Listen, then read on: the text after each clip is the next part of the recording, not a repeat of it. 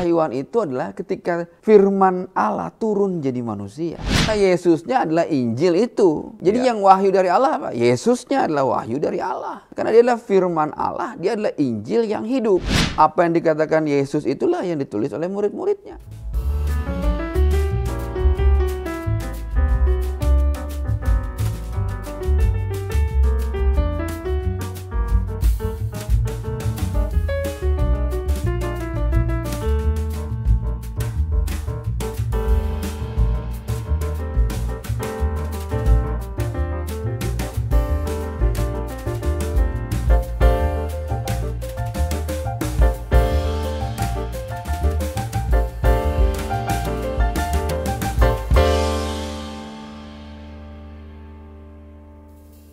Shalom God Lovers.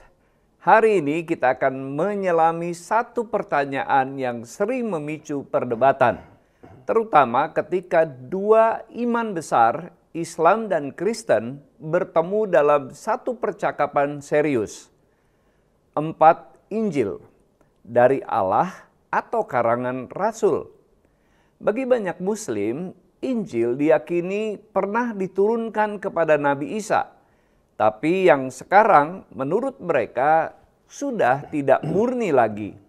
Bahkan ada anggapan bahwa Injil yang 4 ini hanya tulisan murid-murid Yesus atau bahkan pengikutnya yang tidak dikenal. Tapi benarkah seperti itu? Kenapa umat Kristen tetap meyakini bahwa keempat Injil, Matius, Markus, Lukas, dan Yohanes adalah firman Allah yang sah dan hidup? Apa yang sebenarnya terjadi dalam sejarah penulisan Injil? Dan apakah perbedaan gaya dan isi membuktikan bahwa Injil bukan wahyu? Atau justru menunjukkan sesuatu yang lebih dalam tentang cara Allah bekerja? Hari ini bersama saya, Pendeta Martin Hareva, kita akan menelusuri topik ini bersama seorang narasumber yang tidak asing lagi, Pendeta Arif Mirjaya. Seorang mantan Muslim, kini hamba Tuhan, dan mahasiswa program Pasca Sarjana bidang Klasik Hebrew and Biblical Studies di Hebrew University of Jerusalem. Beliau akan membantu kita memahami asal-usul Injil dari kacamata sejarah, iman, dan dialog lintas agama. Mari kita sambut. Shalom Pak Arif. Shalom Pak Martin. Ya, terima kasih biasa sudah hadir di Diaspora TV bersama dengan kami. Ketemu lagi. Iya. Sebelum kita mulai diskusi, mari kita tundukkan hati dan mohon tuntunan Roh Kudus, sebab kebenaran hanya dapat dimengerti bila kita mau dibuka oleh Tuhan sendiri. Mari kita berdoa. Bapa di surga, Allah yang kami kenal, kami sembah di dalam nama Tuhan Yesus. Kami sungguh bersyukur dan bersukacita apabila siang hari ini kami boleh berjumpa dan berbincang kembali dengan hamba-Mu, Bapak Pendeta Arif Mirjaya. Kami mohon Roh Kudus menuntun pembicaraan kami, sehingga setiap kami yang mendengar dan mengikuti perbincangan ini dapat mengerti rencana Tuhan melalui firman yang kami dengar dan kami pelajari. Terpujilah nama-Mu Bapa, dalam nama Tuhan Yesus kami berdoa. Amin. God lovers, jika Anda merasa diberkati oleh talkshow ini, silakan like, komen, dan share. Dan bagi Anda yang baru pertama kali bergabung, selamat datang di Diaspora TV. Baik, mari kita memulai perbincangan kita. Pak Arif, umat Islam percaya Injil yang asli sudah hilang atau diubah. Tapi kok Kristen malah percaya Injil yang sekarang ini dari Allah? Gimana bisa? Ya, wah, menarik ya. Sebenarnya sekali lagi tudingan bahwa Injil itu sudah hilang atau diubah atau palsu ya, itu tudingan jahat ya. sangat jahat ya.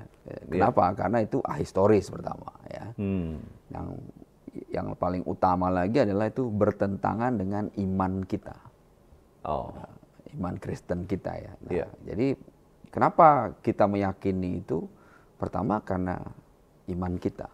Dari apa yang disampaikan oleh rasul-rasul, dari nabi-nabi ya, dan juga dari gereja, dan sejarah panjang bagaimana kekristenan dan bagaimana Tuhan bekerja reserve ya, ngejaga tulisan-tulisan ya, manuskrip yang punya evidence sejarah yang luar biasa ya, dan bisa dibuktikan. Artinya tidak hanya sejarawan Kristen yang bicara otentifikasi dari kitab-kitab kita ya, baik perjanjian lama ataupun perjanjian baru ya. Sebenarnya keseluruhannya adalah Injil ya, karena Injil artinya adalah kabar baik. Ya. Jadi nah cuman tradisi pengucapan dalam tradisi barat yang menyebutnya the Gospel of Matthew ya. Kemudian nama dari orang-orang yang menuliskannya itu gitu ya. Nah, jadi kita harus paham bahwa paling utama keimanan kita itu benar ya. Yang kedua adalah istilahnya itu nasabnya jelas. Ya, bersambung langsung kepada perkataan Kristus. Wah, ini menarik nih ya. Jadi kenapa ya? Karena Kristus itu sendiri adalah firman Allah yang hidup, yang jadi manusia. Nah, jadi kalau dikatakan bahwa Tuhan menurunkan kitab Injil kepada Kristus, justru itu ajaran sesat. Karena gitu ya? Tuhan tidak pernah menurunkan Injil kepada Yesus. Tapi yang benar adalah Yesus sendiri adalah Injil yang jadi manusia. Jadi maksud Pak Arief ini harus diluruskan. Bahwa Allah tidak menurunkan Injil kepada Yesus. Ya. Beda dengan nabi-nabi yang lain. Beda. Musa misalnya dapat 10 perintah Tuhan. Ya kan? Nah, tapi kalau kepada Yesus ya, itu firman-Nya Allah langsung yang nuzul jadi manusia. Ya. Ini yang perlu dipahami. Itu harus dipahamin ya. Nah, karena dia adalah firman Allah yang hidup, yang nuzul jadi manusia, perkataan dia itulah Injil. Perkataan Yesus itulah firman Tuhan. Ya, karena Yesus adalah firman yang hidup. Ya. Nah, perkataan itulah yang kemudian dituliskan oleh murid-muridnya. Siapa muridnya? Matius, Markus, Lukas, dan banyak lagi, termasuk Paulus. Ya. Itu murid-muridnya yang menuliskan itu. Ya. Ini menarik, jadi jangan sampai kita salah kaprah gitu ya, bahwa jadi Alkitab Injil itu otentik firman Tuhan. Makanya saya bilang nasabnya jelas ya. Dia bukan sesuatu diberikan kepada manusia kemudian dicatat. Enggak begitu tuh ya. Tapi itu perkataan langsung Tuhan, yaitu Kristus kepada manusia. Karena Kristus adalah firman Allah yang menjadi manusia. Ya. Dan perkataannya itulah yang dicatat murid-muridnya menjadi Injil yang kita baca. Ya. Berikutnya Pak Arief, mengapa dalam Alkitab ada 4 Injil? Bukankah Wahyu seharusnya 1? Ya. Mungkin 4 Injil sinoptik maksudnya. Ya kan? Karena keseluruhan Alkitab adalah kabar baik, adalah Injil ya. Nah, kalau kita buka dulu Perjanjian Lama misalnya, di sana juga adalah firman Tuhan, kabar baik. Ya. Alkitab Perjanjian Lama itu ya itu apa yang Yesus sampaikan kepada murid-muridnya. Karena waktu masa Yesus sendiri perjanjian barunya belum ditulis. Ya. Nah, ini harus penting kita pahamin ya. Jadi Yesus ajarkan itu apa? Seluruh dari perjanjian lama. Itulah yang diajarkan Yesus. Nah, kita bedah dulu nih jadinya ya. Jadi semua dasar-dasar perkataan Yesus itu adalah ajaran yang ada di dalam perjanjian lama. Iya dong. Karena kan sebelum perjanjian lama itu ada, ya, sebelum firman Tuhan itu ditulis dalam perjanjian lama, ya, firman Tuhannya yaitu Kristus sudah ada. Iya. Ya. Jadi dia mengajarkan hal yang sama. Jadi perjanjian lama, perjanjian baru itu nggak bisa dipisah. Ya. Ya, karena perjanjian lama itu isinya adalah ya apa yang akan disampaikan pada perjanjian baru. Demikian juga perjanjian baru adalah apa yang sudah tertulis dalam perjanjian lama. Oh, jadi terhubung ya? Bukan lagi terhubung lagi, itu sebenarnya menyatu. Sama, Oh, ya. Tapi iya. dijelaskan oleh Yesus di dalam zaman yang berbeda. Oh, Ya. ya. Yang satu di zaman Musa dulu dengan semua historisnya, yang ketika zaman Kristus dia menjelaskan dalam konteks pada masa itu. Nah, ini menarik gitu ya. Jadi, nah perjanjian lama itu sendiri gimana? Tanakh itu apa? Torah, Nevi'im, Ketubim ya. Itu bicara tentang Torah adalah atau Pentateuch, 5 kitab Musa ya. Yeah. Lalu Nevi'im itu apa? Tentang nabi-nabi besar, nabi-nabi kecil, kitab raja-raja, terus hakim-hakim, total tuh 21 kitab tuh. Ya. Lalu Ketubim ya. Itu kitab-kitab di luar Torah dan di luar Nevi'im. Itu ada sekitar 13 kitab. Nevi'im inilah yang kemudian disebut oleh saudara-saudara kita Islam itu adalah Zabur. Oh. Ya, karena isinya adalah Mazmur Daud, Amsal adalah hikmat Salomo ya, dan seterusnya ya isinya. Itulah yang disebut sebagai Zabur sebenarnya. Nah, ini menarik nih kalau buat kita lihat akhirnya ya. Nah, karena saudara-saudara kita mungkin nggak ngerti bahwa di dalam perjanjian lama, ini istilah kita perjanjian lama ya. Di dalam kitab PL itu perjanjian lama dibagi 3. Bagi 3. Lalu sementara Injil sinoptik ya, Matius, Markus, Lukas dan Yohanes ya. Nah, ini jelas nih. Kenapa sinoptik? Karena isinya punya kemiripan juga.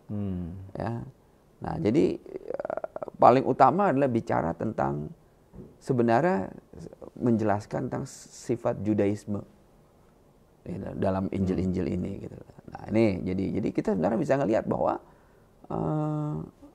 Injil-Injil ini tidak terputus. Bahkan sebenarnya Injil-Injil sinoptik ini juga mengkonfirmasi apa yang ditulis dalam perjanjian lama.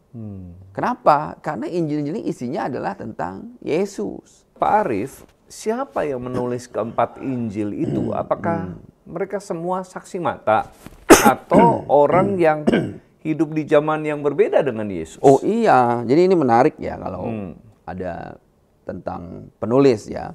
Secara tradisi kita punya keyakinan bahwa Matius ditulis oleh Matius, ya, yaitu pemungut cukai. Ya, lalu Markus, ya, murid Yesus. Ya, yang sebenarnya kalau kita baca di Kisah Para Rasul 12 ya, itu adalah keponakannya dari Barnabas, anak Maria. Markus disebut Yohanes ya, itu ya. Nah itu juga murid yang dibawa oleh menemani Petrus dalam perjalanan. Ketika Barnabas dan Paulus waktu itu melayani, ya. Kemudian Petrus waktu itu setelah dia bebas dari penjara, dia pergi ke rumah Maria, ibunya Markus atau disebut Yohanes ya. Nah, lalu kemudian diajak oleh Petrus menemani. Nah, jadi makanya kemudian terkonfirmasi juga pengajarannya. Nah, sedangkan Lukas adalah seorang dokter ya, tabib lah ya. Dan dia juga bertemu dengan Paulus. Ya. Dan dia juga mendapatkan sumber-sumber manuskrip pengajaran yang sama ya dari kitab-kitab Matius, Markus ya, ditulis oleh kemudian Lukas kemudian menuliskannya untuk tuannya dia. Theophilus ya, karena dia diminta oleh Theophilus, coba nih ada pengajaran tentang Yesus Kristus ya. Nah, akhirnya Lukas kemudian bertemu dengan Paulus ya di situ ya itu. Sementara Yohanes ya jelas ya, itu memang murid terkasih katanya dari Yesus gitu. Gitu ya gitu. Jadi mereka semua adalah saksi mata. Saksi mata. Ya. Ya. hidup di zaman Yesus. Semua hidup di zaman Yesus sebenarnya. Ya. Ya. Tapi Lukas misalnya ya. Ya. Nah dia tidak bertemu langsung, tapi dia hidup di zaman Yesus. Di Murid-murid lingkaran Yesus. murid ya. Di lingkaran murid ya. Itu masuk ke Sohibul Bariyah istilahnya ya. Sahabat dari rasul-rasul. Ataupun murid-muridnya rasul gitu ya. Iya. Sabiin dia masuknya juga ya. Nah ini menariknya begitu ya. Jadi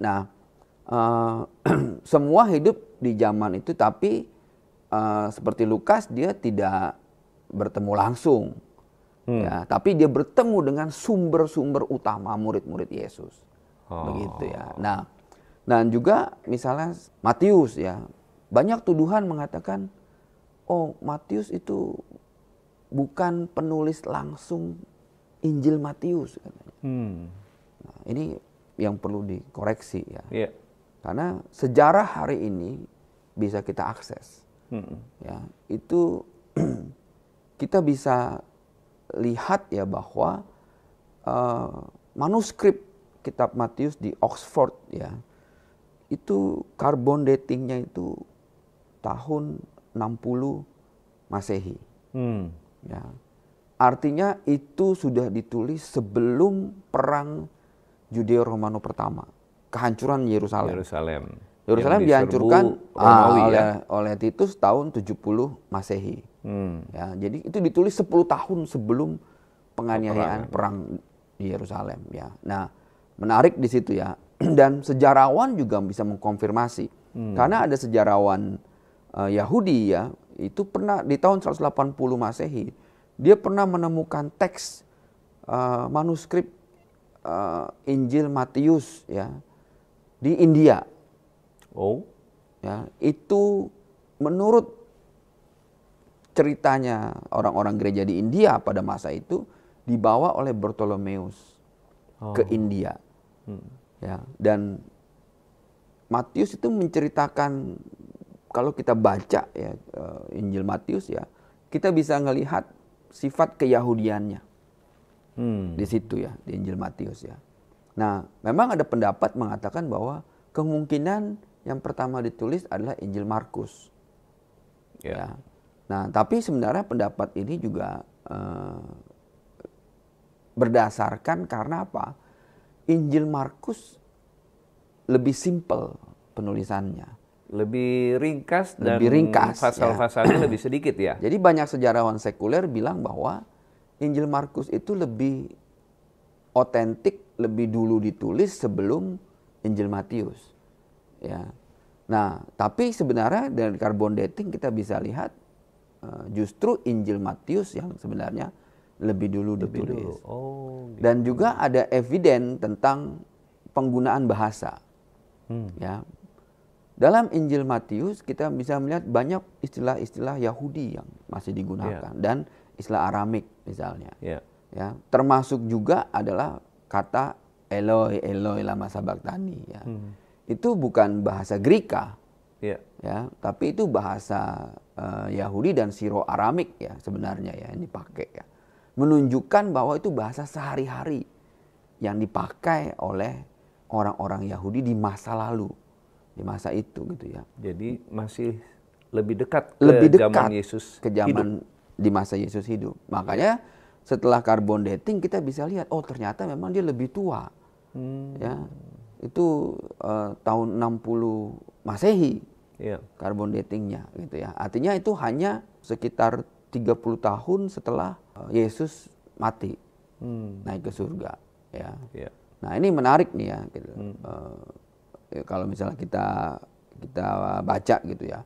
Nah lalu juga di dalam Injil Matius kita bisa lihat ya sejarawan itu punya hipotesis bahwa kenapa Matius? Karena dia dulu satu-satunya murid Yesus yang punya akses terhadap kertas dan pena. Karena dia adalah seorang pemungut cukai. Iya, selalu mencatat ya. Iya. Sementara murid yang lain enggak ya. Gitu ya. Jadi kita bisa lihat keotentikannya itu terjaga ya selama 2000 tahun ya. Markus misalnya ya, Markus. Nah, Markus itu adalah boleh dikatakan habruta dengan Petrus, ya. Ya. Karena dia dianggap dibawa Petrus pelayanan kemana-mana. Kalau nggak salah Markus ini keponakannya Barnabas. Betul, ya makanya ponakan Barnabas yang disebut Yohanes sebenarnya. Ya, pernah diajak pelayanan lalu dia keluar. Ya, di perjalanan dia mengundurkan diri. Dan ketika Barnabas ingin mengajaknya lagi, ditolak oleh Paulus. Betul. Dan akhirnya dia melakukan perjalanan bersama dengan Petrus. Ya. Betul. Tapi Paulus minta maaf tuh, ada kisahnya tentang itu ya. Ya.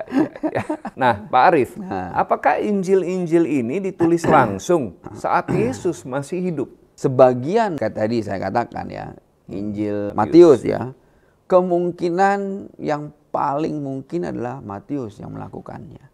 Karena dia yang punya akses terhadap pena dan kertas. Ya. Sementara murid-murid lain itu boleh dikatakan kurang memiliki tradisi literasi. Iya, karena latar belakangnya beda nelayan ya. Gitu ya. Nah itu ya. Nah tapi sebagian besar juga ditulis itu pasca penyaliban. Ya, berdasarkan, jadi ini menarik ya kalau misalnya ini karena saksi-saksi matanya masih ada semua ya ketika itu dituliskan gitu ya. Itu berdasarkan apa yang memang dilihat, didengar dan dari orang-orang yang memang bertemu langsung dengan Kristus gitu. Jadi masih di dalam circle murid-murid ya yang menulis Injil ini. Dan waktunya juga nggak lama, nggak jauh ya gitu. Dan jelas ini nggak jatuh dari langit, nggak. Gitu, jadi murid-murid yang ada di lingkaran Yesus inilah yang menuliskannya. Nah, kalau bukan Yesus yang menulis Injil, bagaimana bisa dianggap ini wahyu dari Allah, Pak Arief? Oh iyalah, karena Yesusnya adalah Injil itu. Iya kan? Jadi yang wahyu dari Allah apa? Yesusnya adalah wahyu dari Allah. Ya, karena dia adalah firman Allah, dia adalah Injil yang hidup. Perkataan dia itulah yang ditulis oleh murid-muridnya, ya kan? Coba siapa yang berani ngebantah bahwa Yesus itu bukan firman Allah yang turun jadi manusia? Siapa? Nah, Alkitab menulis itu, Al-Quran juga menulis itu. Ya. Jadi perkataannya benar. Ya. Apa yang dikatakan Yesus itulah yang ditulis oleh murid-muridnya. Enggak lewat malaikat ya. Enggak ya. Nah, ini firmannya langsung nih. Kalau begitu, gimana proses pewahyuan dalam iman Kristen terjadi? Apakah lewat suara dari langit, malaikat yang diutus dari langit, atau dari ilham? Ya, jadi begini, proses pewahyuan itu adalah ketika firman Allah turun jadi manusia. Itulah proses pewahyuan. Dan ketika firman itu ya mengambil, jadi kalam Allah itu punya dua hakikat, zatiyah dan fi'liyah. Ya, zatiyahnya adalah ketika secara zahir kita bisa pegang, bisa lihat, ada. Tubuh. Iya, ya Alkitab, misalnya zahirnya ada nggak? Ada. Ya, bisa dilihat firman itu. Nah, firman ini ada di dalam Kristus, zahirnya. Ya. Secara fi'liyah kita bisa mendengar suaranya. Waktu Musa mendengar firman Tuhan, dia nggak melihat zahirnya. Yang dia lihat adalah semak yang terbakar. Ya, tapi dia punya fi'liyahnya apa? Mendengar suaranya Tuhan, bukan suara semak. Bukan suaranya api kan, tapi suara Allah. Ya. Nah, sekarang dua sifat hakikat ini, zatiyah dan fi'liyah, ada di dalam Kristus. Ya, secara zahir bisa dilihat, bisa dipegang, bisa disentuh. Makanya dalam Yohanes menceritakan, ya, fil bad'i kanal kalimah, pada mulanya adalah firman. Ya, firman itu bersama-sama dengan Allah. Ya. Nah, kemudian Yohanes menulis yang sudah kami dengar, yang sudah kami raba, yang sudah kami sentuh. Ya, ini dua hakikat, udah didengar bisa. Musa tidak bisa menyentuh, tidak bisa meraba. Yang dia hanya bisa mendengarnya. Firmannya. Nah, itu hakikat pewahyuan itu turun bagi siapa? Bagi kita semua. Akhirnya ketika perkataan kalam Allah itu diucapkan oleh zahirnya Kristus, ya, itulah yang ditulis oleh murid-muridnya. Nah, murid-muridnya bagaimana bisa mengkonfirmasi? Paulus misalnya ya, yang pada waktu itu bukan menjadi bagian dari 12 murid. Ya.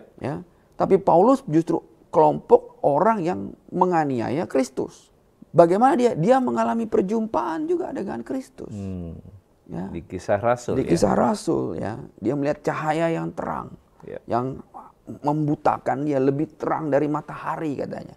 Cahaya apa lebih terang dari matahari kecuali cahaya Tuhan? Nah, ini menarik ya. Lalu Paulus juga mendapatkan konkursus namanya, diilhami oleh Roh Kudus. Ketika kemudian dibuka dia mulai mengerti. Paulus secara literatur dia begitu kuat. Dia belajar tentang kitab-kitab nabi-nabi, semua Pentatek tadi, Tanakh semua dia pelajarin. Hukum-hukum Musa semua dia paham. Ya. Tapi dia tidak mendapatkan enlightenment pada waktu itu. Sampai dia bertemu dengan Kristus, kemudian dia mengkonfirmasi pengajaran-pengajaran Rasul-Rasul sebelum dia, yaitu Petrus, Matius, Markus, dan seterusnya. Yohanes, ya. Dan mereka pun waktu itu melihat luar biasa. Ya. Bagaimana seorang Paulus yang nggak berinteraksi dengan kita bisa mendapatkan ini? Ya. Itulah yang disebut konkursus, diilhami oleh Roh Kudus. Dan Paulus pun mengerti karena Roh Kudus sudah ditulis dari mulai Perjanjian Lama. Ya. Dan disitulah kemudian ya bagaimana kita lihat ya Paulus menjelaskan begitu banyak kepada jemaat-jemaat tentang intisari pengajaran Perjanjian Lama. Dan intisari itu yang diajarkan oleh Yesus. Dan itu proses kanonisasi. Dulu situasi perang, Kristen adalah dianggap sekte Yahudi dan dianiaya. Baik orang Romawi maupun orang Yahudi sendiri. Akhirnya apa? Akses terhadap kertas, pena dan sebagainya itu sulit. Ya, jadi yang terjadi adalah manuskrip ini ditulis, ya, ditulis di fragmen-fragmen yang berbeda. Dan ini membutuhkan waktu kanonisasi disebutnya. Ya, nah, waktu kanonisasinya ini sampai sekitar 80 tahun atau sampai 100 tahun mengumpulkan ini gitu untuk disusun. Pak Arif, ada yang bilang Injil itu hanya catatan manusia. Nah, apa tanggapan Pak Arif tentang komen yang seperti itu? Iya, memang seperti saya jelaskan tadi ya, itu perkataan Yesus yang ditulis oleh muridnya. Jadi yang nyatat siapa? Murid-murid ya. Itu tidak diturunkan oleh Tuhan kemudian dicatat di langit dikasih oleh Yesus. Enggak begitu gitu loh ya. Tuhan juga butuh manusia. Bagian kita apa? Kenapa Tuhan mengutus nabi-nabi? Untuk manusia bertobat. Kenapa? Karena ada bagian manusia yang harus dikerjakan. Kalau dia maha segalanya, kenapa enggak dia selesaikan saja pikiran manusia untuk bertobat? Bisa. Tapi Tuhan nanti dibilang Tuhan otoriter.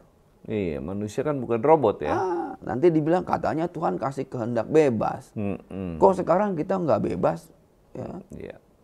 Itu jadi akhirnya itu menegasikan keilahiannya Tuhan kalau kayak begitu kan. Nah, jadi memang harus dicatat manusia.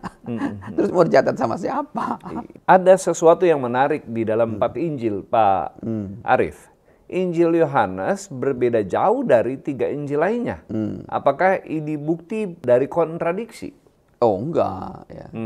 Justru ya kalau kita lihat ya, Injil sinoptik ya, itu didasarkan oleh tadi yang pertama adalah tulisan-tulisan Matius ya. Dari mana Lukas mendapatkan sumbernya ya?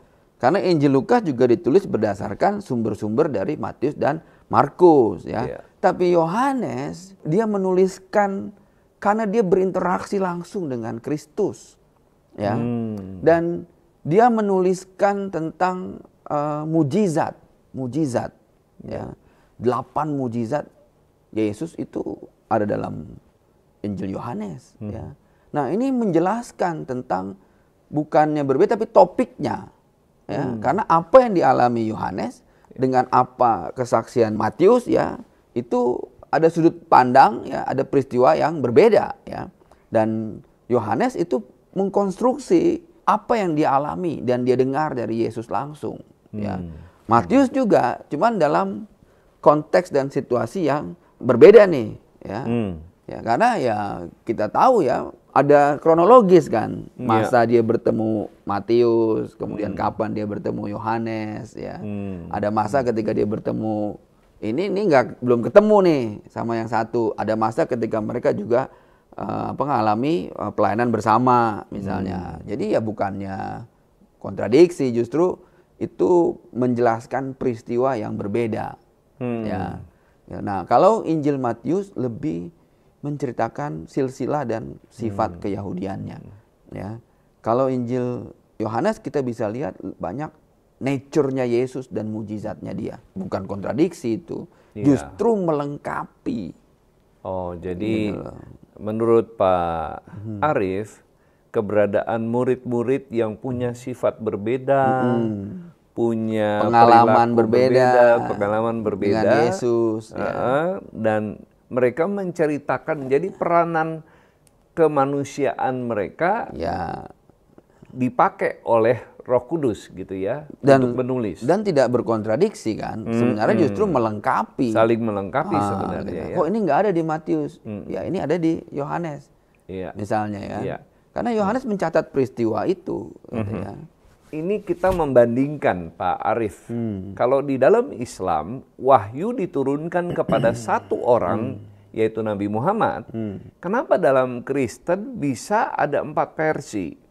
Nah, ini menariknya untuk menjelaskan bedanya antara pewahyuan di dalam agama Islam dengan pewahyuan di dalam agama Kristen. Pertama kita harus pakai prinsip Alkitab dulu. Ya.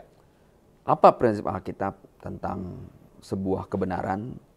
Satu, kalau tidak ada saksi, 2 orang saksi, itu tidak dianggap benar. Oh, ya. Itu dan prinsip Alkitab itu juga dipakai dalam prinsip hukum. Satu saksi bukan saksi. Ya. Ya. Kenapa? Karena tidak ada yang menjadi counter evidence. Ya. Benar tidak sebuah peristiwa. Ya. Benar tidak sebuah ayat. Ya. Kalau hanya berdasarkan satu klaim. Misalnya, benar tidak Yesus berkata, "Aku adalah jalan, kebenaran, dan hidup." Benar. Siapa yang dengar? Ternyata cuma Paulus. Bagaimana mengkonfirmasinya? Nggak bisa. Yeah.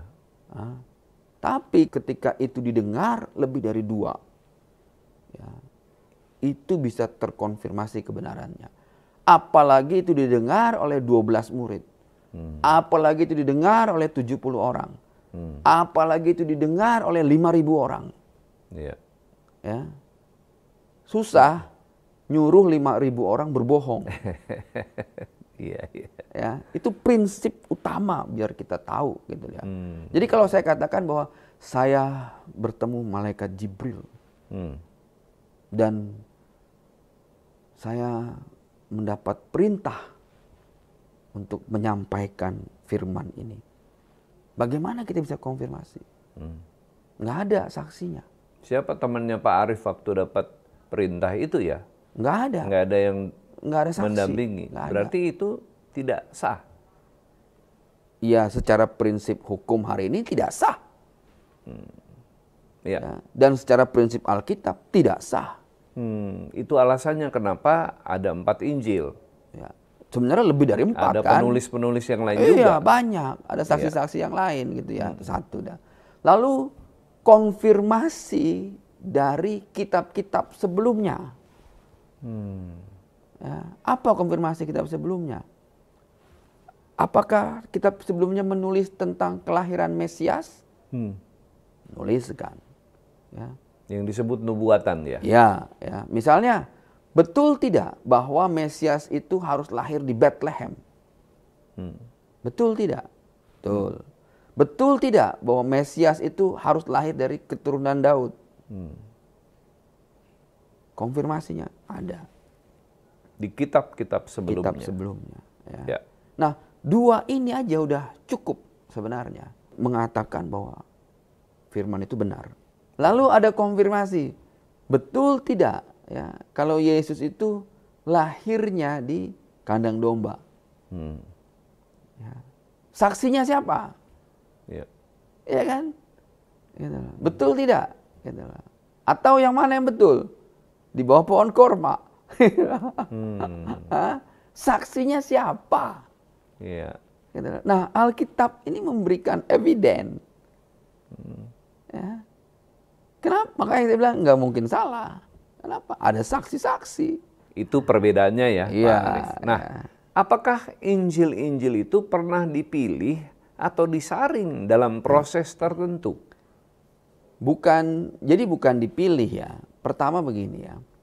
Kanonisasi selesai di abad pertama ya. Nah, pasca itu muncul juga manuskrip-manuskrip atau tulisan-tulisan dari bidat-bidat Kristen. Kenapa saya bilang bidat-bidat Kristen? Karena mereka juga mengakui Yesus. Yeah. Ya. Nah, problemnya adalah dalam manuskrip itu, bidat-bidat itu justru ada kontradiksi. Ya. Misalnya apa kontradiksinya? Yesus dikatakan menyembuhkan orang sakit. Betul. Ya. Tapi saat bersamaan dia juga mengutuk temannya. Di mana saksi-saksi dari murid-murid ini melihat Yesus mengutuk temannya. Ya, teman masa kecil ya. Iya. Wah, teman masa kecilnya Yesus. Oh. Emang ada yang melihat itu? Yang tahu masa kecilnya Yesus berarti siapa paling harus saksinya?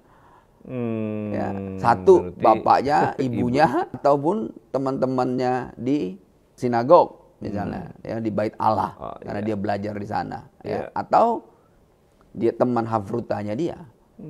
Ya.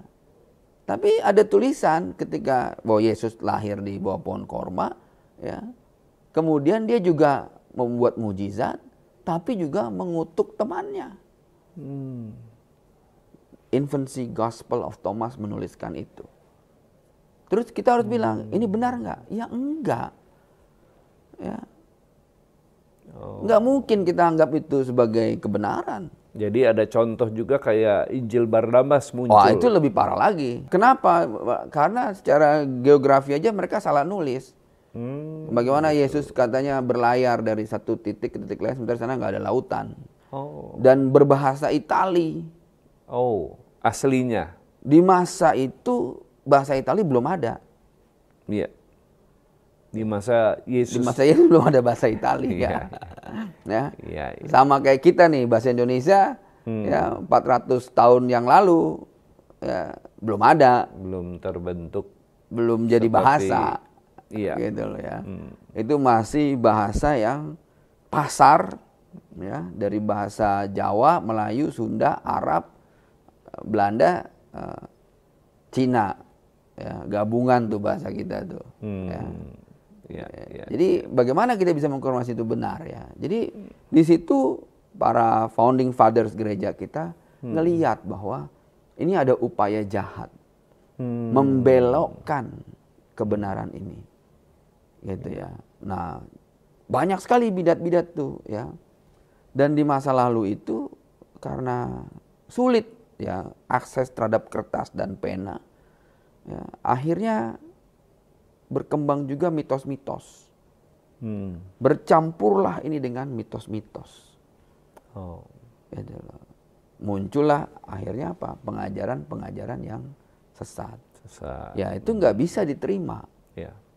Gitu ya, nggak bisa diterima. Gitu, karena ada pertentangan. Pak Arif, bagaimana kita tahu bahwa Injil yang ada sekarang ini belum diubah?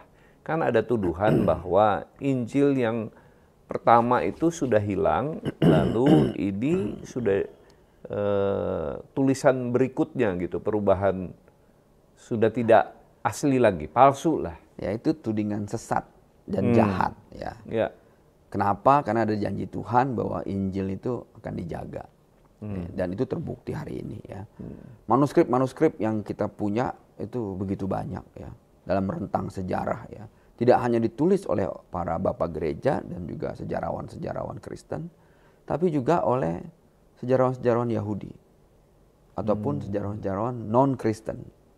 Ya, mengkonfirmasi lagi berita-berita ini. Tapi sekali lagi ya, bahwa evidence sejarah itu ya bukan sesuatu yang kita terima sebagai kitab suci, ya, tapi dia membenarkan ya apa yang ditulis oleh Matius, apa yang ditulis oleh Markus, gaya penulisannya itu bisa kelihatan latar belakang pendidikannya. Gaya penulisan Lukas bisa kelihatan, gaya penulisan Petrus, gaya penulisannya Paulus, ya, bisa mengkonfirmasi itu satu, ya. Dan lalu ya, jangankan ya kitab Perjanjian Baru nih ya, dianggap katanya udah palsu dan sebagainya ya. Perjanjian Lama pun itu dipertanyakan, ya. Karena sejarawan sekuler itu nggak punya eviden Perjanjian Lama dari abad pertama. Awalnya dulu ya. Sampai ditemukannya lah The Dead Sea Scroll. Ya. The Dead Sea Scroll itu luar biasa bagi kita. Ya, Tuhan itu preserve bahwa apa yang dibaca oleh murid-murid Yesus 2000 tahun yang lalu sama dengan apa yang kita baca hari ini. Ya, 97%. Ya, ini menarik ya. Nah, kenapa itu penting? Karena Yesus mengajar dari kitab yang sama. Perjanjian Lama kepada murid-muridnya. Jadi seperti saya bilang tadi bahwa apa yang disampaikan Yesus adalah apa yang tertulis dalam Perjanjian Lama. Ya. Dan itulah yang kemudian dicatat oleh murid-muridnya. Makanya Perjanjian Baru kita, Injil itu mengkonfirmasi Perjanjian Lama. Ya. Dan di situ kita bisa lihat apa yang ditulis oleh rasul-rasul pada masa itu ternyata benar dengan apa yang dibaca oleh orang-orang Yahudi 2000 tahun yang lalu. Nah, ini kita baru ngomongin evidence sejarah. Jadi tudingan bahwa itu udah palsu, itu sangat jahat. Karena nggak ada buktinya. Nggak ada bukti. Justru kita bisa membuktikan bahwa itu ada akarnya. Gitu ya. Kayak kasus sekarang nih, Pak Jokowi dibilang ijazah palsu. Yang aslinya mana?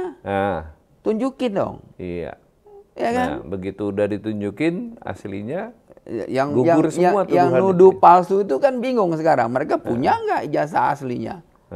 Ya kan, kalau Pak Jokowi pegang ini ijazah saya udah tunjukin. Udah jelas.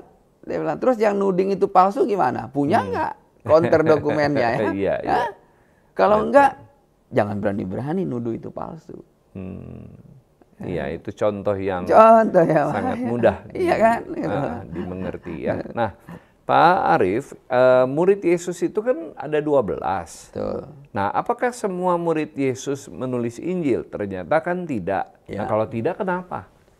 Ya, pertama masalah pendidikan. Ya, karena latar belakang murid Yesus itu kan beda-beda ya. Dari mulai istilahnya kelas proletar sampai kelas borjuis itu ada, gitu ya. Dan tidak semua punya akses terhadap teks ya. Nggak semua punya tradisi menulis. Matius misalnya, sejarawan kemungkinan dia yang pertama karena dia yang punya akses terhadap kertas dan pena ya buat mencatat gitu ya. Nah, jadi kita bisa lihat ya bahwa memang tidak semua ya. Dan juga latar belakang murid-murid yang lain. Ada yang juga kelompok nasionalis Israel, ada anggota Zilot. Ya. Ada juga ya kayak Paulus, anggota dia dari Sanhedrin. Ya. Dia seorang Farisi yang pendidikannya juga mungkin paling lengkap lah ya dibandingkan murid-murid yang lain ya. Pendidikan agamanya dia ya teolog lah istilahnya, boleh dikatakan. Paulus itu adalah seorang teolog utama lah ya, begitu ya. Jadi ya emang tidak semua ya. Yang kedua adalah konkursus tadi ya, inspirasi Roh Kudus. Ya. Nah ini kan karunia, ya, artinya karunia yang memang Tuhan kasih kepada murid-murid. Jadi sangat jelas kenapa tidak semuanya menulis. Nah kalau Markus bukan murid langsung Yesus. Apa dasar kita mengakui tulisannya? Yang pertama, circle-nya dia itu adalah murid langsung Yesus. Circle-nya dia nih ya. Misalnya, saya dimuridkan oleh Pak Jeff Hammond. Ya, Lalu saya punya murid-murid lain juga, Iya. ya, yang masuk circle. Jadi pengajaran-pengajaran apa yang saya terima dari Pak Jeff dan Pak Edi Leo misalnya, ya, Langsung saya diturunkan ke murid-murid. ajarkan ke murid-murid juga. Iya. Ya. Dan Lalu mereka juga sesekali pernah bertemu, ya, beberapa kali misalnya bertemu, kita punya program pemuritan, ya. Nah itu jadi yang kita terima juga utuh. Ketika murid-muridnya Pak Arif menulis, Ya, ya itu sama akarnya dari Pak Jeff Hammond gitu ya. Oh iya. Iya. Ini circle utama ya jadinya ya. Ini Havruta istilahnya, istilah dalam tradisi Yahudi itu, Judaisme itu ada Havruta. Artinya? Ya. Havruta itu kelompok ya. Murid dulu di masa lalu ya, seorang murid tuh harus ikut gurunya. Iya. Ya, nempel kemana-mana nih, ngikutin apa yang gurunya kerjain, apa yang gurunya ajarin, segala macam, praktek lapangan. Dan itu juga dua berdua juga kadang-kadang, ya. Misalnya kita tukar pendapat, ngasih pengajaran dan sebagainya. Nah, merenungi firman dan seterusnya. Nah, tapi kita juga harus punya habruta lain, ya, kepada ada 3 sebenarnya, one on one, guru-guru, kepada Kristus, juga kepada murid-murid yang lain. Jadi kita juga harus memuridkan kan. Kita punya circle lagi nih, habruta lagi buat yang lain gitu. Nah, dalam istilah Islam itu halaqah, lingkaran. Jadi kita bisa menerima tulisan Markus karena dia adalah murid dari Petrus dan pernah dan dia ikut keponakannya pelayanan Barnabas juga. Iya, pernah ikut pelayanan Pernah Paulus ikut, gitu ya. Jadi ini circle-nya murid-murid Yesus ya. Oke. Dan juga terkonfirmasi lewat tulisannya Matius juga, ya kan, bisa kita lihat. Tidak bertentangan dengan Nggak Injil yang lain ya bertentangan, isinya. Benarkah bagian akhir dari Injil Markus di Markus 16 ayat 9 sampai 20 ini dianggap tambahan? Apa artinya bagi keotentikan Injil? Berapa manuskrip awal tidak memuat bagian ini. Nah, bagaimana umat Kristen menyikapinya tanpa meragukan otoritas Injil Markus secara keseluruhan? Nah, ini menarik ya. Kalau misalnya di beberapa kodeks itu tidak tertulis ya, bukan berarti itu nggak ada. Oh, oke. Ini yang salah kaprah nih dibilang tambahan gitu ya, karena beberapa kodeks itu baru ada ya, sekitar 300-400 Masehi ya. Nah, itu bukan berarti nggak ada gitu ya. Cuman manuskripnya belum terkumpul. Evidence sejarahnya itu waktu itu belum ada ya. Tapi kemudian ditemukan lagi ya, ketika ada Dead Sea Scroll misalnya dulu ya. Semua juga bilang ini nggak ada nih, itu nggak jelas itu katanya, itu karangan itu katanya. Tapi begitu Dead Sea Scroll ketemu, ya berubah lagi dong ya kan, karena baru sejarawan ngaku salah. Oh iya, ternyata kita salah selama ini, ya kan. Karena ada yang lebih tua lagi ya, umurnya. ya. Makanya kita nggak boleh langsung bilang itu apa istilahnya apa namanya, apa tadi dibilang penambahan atau ragukan itu enggak ya. Tapi kalau kita lihat ya ayat-ayatnya misalnya ya, di ayat 9 di Markus itu ya, 16. itu juga terkonfirmasi dalam Yohanes 20. Oh. Ya, cerita tentang Yesus bangkit misalnya ya. Itu ada. Lalu di ayat 11 murid-murid tidak percaya akan kebangkitan. Ada juga di Lukas ya. Jadi Lukas juga dapat eviden ini.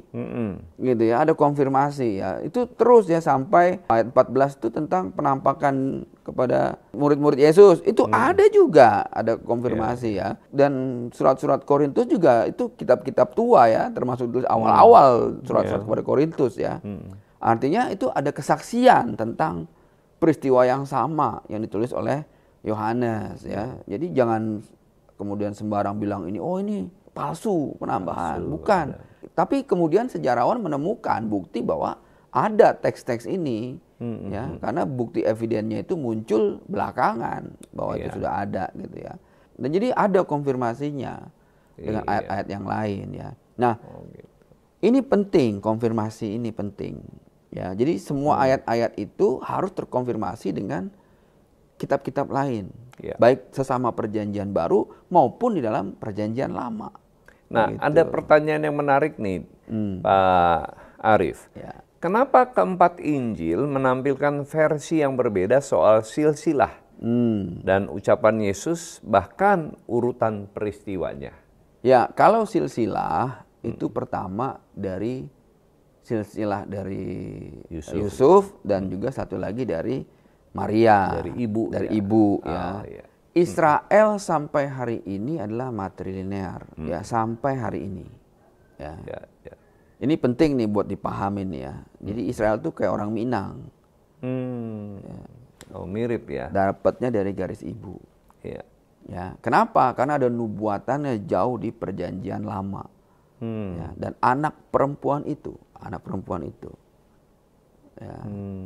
Jadi itu dari awal tuh ya, udah dari awal tuh ya. Iya. Nah, satu itu ya. Nah, kemudian tadi tentang peristiwa, urutan peristiwa. Ya.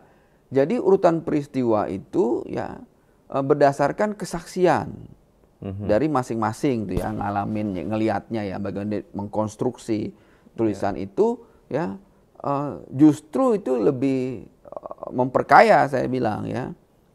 Karena masing-masing itu punya pandangan terhadap peristiwa. Ya, kayak saya misalnya ya. Saya aktivis 98. Waktu tahun 98 sudut pandang saya berbeda dengan sudut pandang keluarga saya yang rata-rata tentara. Ya, berbeda tuh ya. Nah, jadi kita melihat sebuah peristiwa dengan sudut pandang berbeda. Ya, tapi sebenarnya kita merujuk kepada konteks yang sama. Peristiwa yang sama. Peristiwa yang sama. Jadi artinya sebuah peristiwa yang sama bisa dilihat oleh 4 orang ini dari sisinya mereka masing-masing. Dan mereka menjelaskan menurut karakter mereka juga. Sudut pandang mereka. Ya kan? Ya. Nah, sekali lagi justru itu memperkaya kita. Ya. Ya, saya ambil contoh. Waktu penyaliban Yesus. Siapa yang menginginkan Yesus mati? Alkitab mencatat peristiwa. Ya, imam-imam berkumpul untuk menangkap dan membunuh Yesus. Ya. Kita ngelihat imam-imam. Ya. Lalu murid-murid melihat juga bahwa tentara Romawi yang menginginkan Yesus mati juga. Ya. Lalu sebelumnya ya, si iblis juga mau mencoba Yesus untuk mati karena iblis tidak tahu rencana Tuhan. Kalau kau anak Allah, jatuhkanlah dirimu, ya kan? Iya, iya. Tapi sebenarnya siapa yang menginginkan Yesus mati? Ya, orang Yahudi, orang Romawi, ya. Tapi Alkitab dalam Perjanjian Lama menuliskan bahwa karena pemberontakan kita. Jadi dia mati karena apa sebenarnya? Tapi yang lebih jelas dalam Yohanes 10. Ini adalah perintah yang kuterima dari Bapa. Yesus bilang gitu ya. Jadi sebenarnya menginginkan dia mati siapa? Iya, iya. Yesus bilang tidak ada seorang pun mengambilnya dariku. Iya. Ya, aku berkuasa menyerahkannya dan mengambilnya kembali. Dia bilang ini adalah perintah yang kuterima dari Bapa. Perspektif kita mengatakan orang Yahudi yang menginginkan dia mati. Iya. Imam-imam menginginkan dia mati. Orang Romawi yang membunuh dia. Ternyata semua salah. Iya. Ternyata itu adalah keinginan tertinggi dari Bapa. Iya. Menggenapi rencana Bapa. Iya kan? Nah, jadi itu memang kata Rasulullah, salib itu kebodohan untuk mereka yang akan binasa. Tapi bagi kita adalah kekuatan Allah. Itulah dia. Ya, rahasia ilahi ya. Pak Arief, apakah perbedaan gaya bahasa dan fokus tema membuat Injil tidak bisa disebut wahyu ilahi? Oh, salah. Justru itu adalah kekayaan dari wahyu Tuhan. Ya, kenapa? Saya katakan bahwa Tuhan itu juga pakai manusia untuk jadi nabi-nabi, jadi rasul-rasul. Ya. Tuhan juga pakai tangan manusia, ya, dengan ilham Roh Kudus untuk menuliskan kitab sucinya. Saya harus bilang nih ya, di surga itu, di langit itu tidak ada percetakan negara Tuhan, nggak ada. Ya, kemudian kitab-kitab suci itu ditulis kemudian Diturunkan. diturunkan ke sini. Nggak ada. Nggak ada. Ya. Kalau ada yang mengatakan kitab suci itu udah ditulis di surga, enggak begitu. Proses ya. Itu kan parabel, perumpamaan. Jadi bagaimana kita tahu sudut pandang yang berbeda ini justru hari ini kita lihat bahwa itu mengkonfirmasi dan melengkapi masing-masing tulisan-tulisan itu.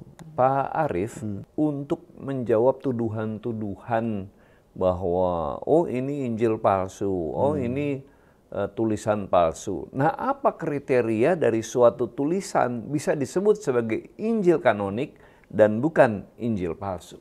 Kriteria aja. Satu, konfirmasi. Ya, Injil kanonik itu ya semua Injil itu mengkonfirmasi perkataan-perkataan Yesus. Satu itu ya. Yang kedua, perkataan Yesus itu mengkonfirmasi kitab-kitab sebelumnya. Apa yang Yesus omongin ada di kitab Yesaya. Apa yang Yesus omongin ada di dalam kitab Kejadian. Apa yang Yesus omongin ada di dalam kitab Mazmur dan sebagainya. Ya. Ini pengajaran dia ini nggak keluar dari itu. Nggak keluar ya. Jadi kalau misalnya dia mengatakan ya bahwa aku datang untuk orang-orang yang remuk hatinya. Di mana ada tertulis sebelumnya? Sudah ada, karena dia sudah mengatakan itu di masa lalu sebagai firman Tuhan. Iya, menarik ya, kata-kata Yesus selalu ada rujukannya. Ada. Kalau mau lihat itu ada di Alkitab Studi ya Pak Arief. Betul, ya. ada. Jadi perkataan Yesus, lalu nanti ada di sampingnya penjelasan. Itu ada. Itu Ini dari mana? Berasal dari mana? ayat ini. Dari gitu mana semua? Itu semua merujuk ke sana. Penemuan Dead Sea Scroll itu monumental dan itu sangat penting buat kita. Ya, kenapa? Itu mengkonfirmasi kita perjanjian baru kita. Karena semua pengajaran perjanjian baru ya itu mengkonfirmasi perjanjian lama. Nah, kalau dikatakan itu adalah palsu, yang aslinya mana? Justru ada kitab setelah itu yang ternyata tidak mengkonfirmasi. Itulah yang palsu. Nah, Begitu. tadi kita menyindir sedikit tentang Injil Barnabas. Nah, bagaimana sikap orang Kristen terhadap Injil Barnabas yang ada dalam konteks agama Islam? Injil Barnabas, sejarawan sudah meneliti ya, bahwa ya itu banyak kesalahan-kesalahan dari cara penulisan, dari bahasa, ya, struktur, ya, dan cerita-cerita yang dan letak geografisnya semua kacau. Ya. Terus banyak orang mengatakan itu Injil asli, tapi nggak pernah lihat, nggak pernah baca tuh Injil Barnabas. Kenapa? Karena mereka mau nuding aja bahwa kita palsu gitu ya. Nggak ada alasan lain gitu ya. Tapi ketika suruh baca, udah pernah lihat Injil Barnabas? Belum, Bang. Pernah baca? Belum, Bang. Ngerti apa namanya historisnya, ya, ngerti struktur penulisannya. Ya, hari ini ada ilmunya semua untuk mempelajari teks-teks ini. Ya. Ada ilmu linguistik untuk mempelajari manuskrip asli yang ditulis oleh Matius misalnya, ya kan? Dan ada carbon dating yang nggak bisa dibantah.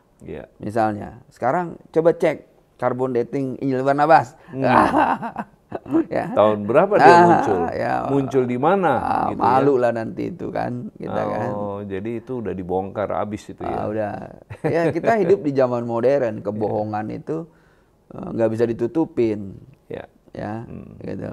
Ini yang sebenarnya ya kita bisa tertawa aja. Memang, gitu, ya. Karena isinya semua kontradiktif dan tidak ada yang mengkonfirmasi perjanjian lama. Ini kan salah satu indikasi kan. Tulisannya Injil Barnabas ini tidak ada kaitannya sama sekali dengan perjanjian lama. Apakah ada pengaruh politik dalam penetapan 4 Injil resmi ini? Pengaruh politik gimana sebenarnya? Satu nih ya. Sedangkan kanonisasinya selesai di tahun 100 Masehi. Di masa-masa ketika Kristen itu lagi teraniaya berat. Nggak ada orang Kristen yang berkuasa. Romawi baru kemudian menerima kekristenan itu di atas 200 Masehi ya. Sedangkan kanonisasi udah kelar tuh. 80 sampai 150 ya. Tahun 100 Masehi juga muncul Gnostik bidat di saat bersamaan. Nah, di masa-masa itu sampai 100 tahun kemudian Kristen itu lagi teraniaya. Enggak ada orang mau ngaku Kristen waktu itu. Takut. Kristen lagi dikejar-kejar. Kejar-kejar oleh dua kekuatan, Yahudi maupun Romawi. Romawi lagi berperang melawan Yahudi, tapi Yahudi juga memerangi kekristenan. Ya. Romawi juga memerangi kekristenan. Kenapa? Karena dianggap orang Yahudi. Ya, ini yang jadi persoalan gitu. Nah, baru kemudian masa ketika kekristenan diadopsi jadi agama resmi.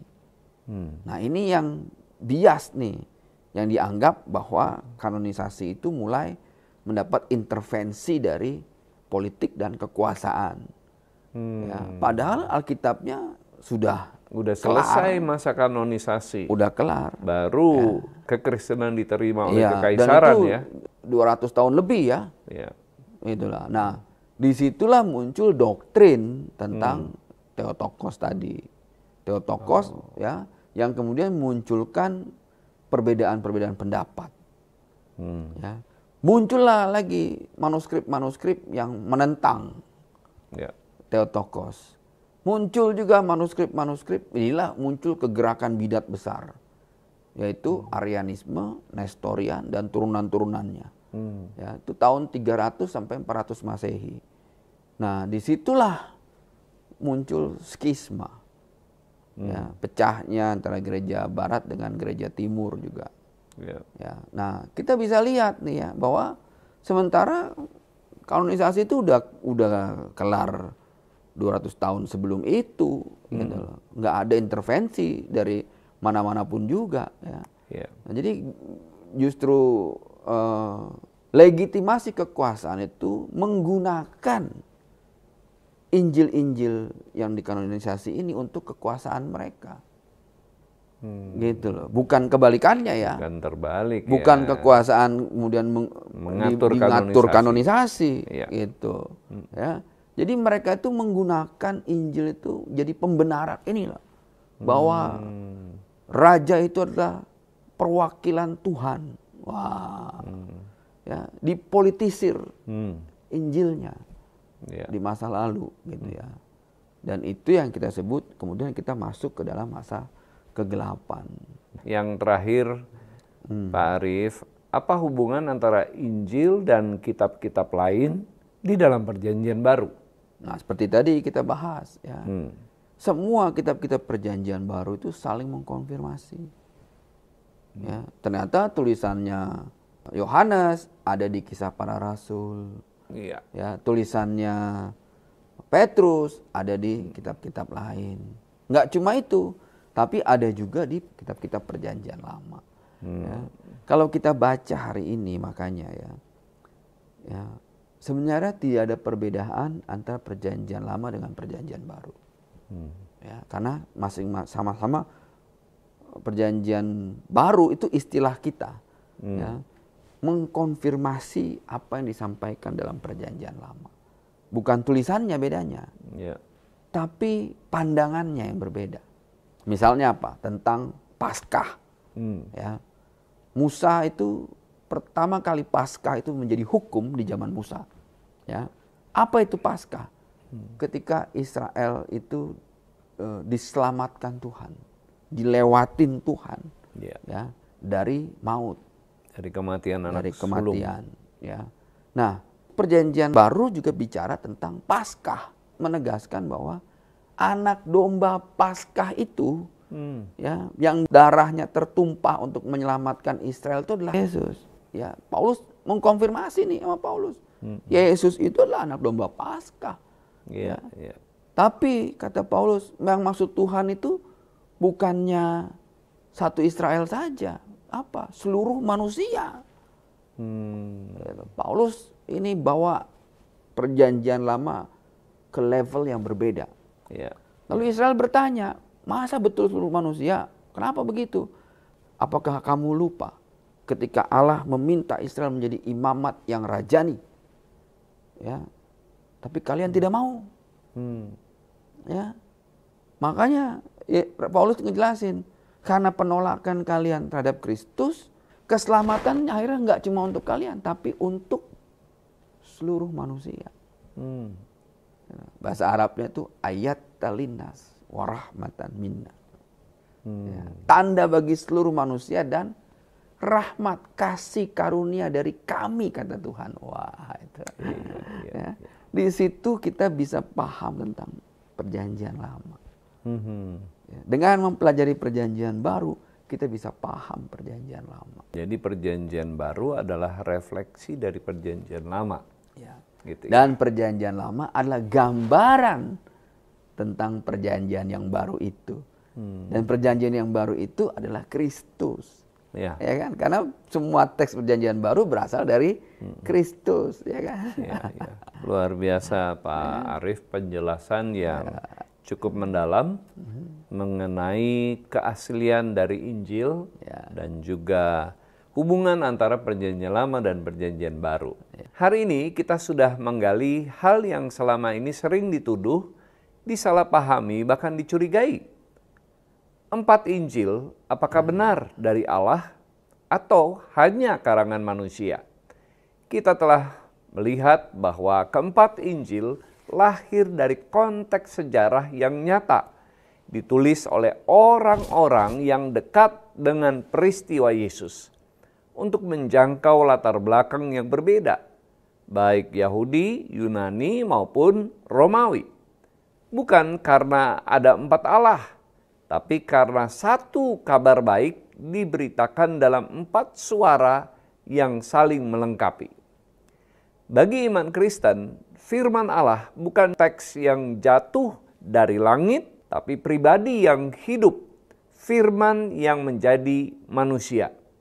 Itulah inti Injil, Yesus Kristus. Keempat Injil itu bukan hasil manipulasi, tapi refleksi ilahi melalui manusia yang dipimpin oleh Roh Kudus, yang telah membentuk kehidupan miliaran orang selama 2 milenium. Terima kasih banyak kepada Pendeta Arief atas pemaparan yang jernih dan menantang untuk terus mendalaminya. Dan untuk Anda semua, God Lovers, teruslah bertanya. Karena iman yang kokoh lahir dari keberanian untuk menggali lebih dalam. Jangan lupa like, share, dan tuliskan pertanyaan atau pendapat Anda dalam kolom komentar. Bagi Anda yang baru pertama kali mengikuti Diaspora TV Talk Show, mohon dapat menekan tombol subscribe. Sampai jumpa dan Tuhan Yesus memberkati.